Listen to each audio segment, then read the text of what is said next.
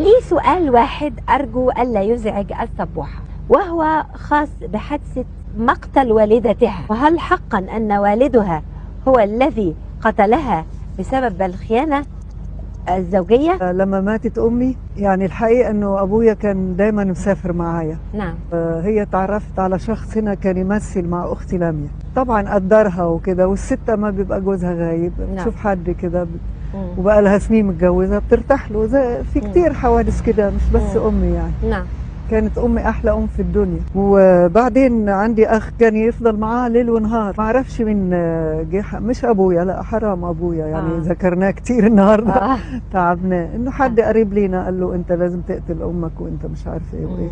أخويا اتحمس وقالوا له هندفع لك وما ندفع لك، راح قتلها. طبعا هو اتجنن بعد كده ما ماتت أمه، وإحنا اتجننا. إحنا لغاية دلوقتي لما بنفتكر أمي بنزعل جدا كلنا. قتلها هي بس ولا الشخص اللي كان شاكك فيه كمان؟ هو كمان. الواحد يا ما بيشوف يا ما بيحصل له، خصوصا ووالد حضرتك كان موقفه ايه بقى؟ ما لقيتلوش موقف، مش عارفه ليه. واخويا راح يا حرام، قالوا له هندفع لك ما ندفعك، راح البرازيل مش عارف حد، وقعد بلا اكل ايام، وقعد تعذب وشاف البلاوي يعني. بس دلوقتي عنده بنت. هل التقيتي باخوكي بقى تاني؟ طبعا.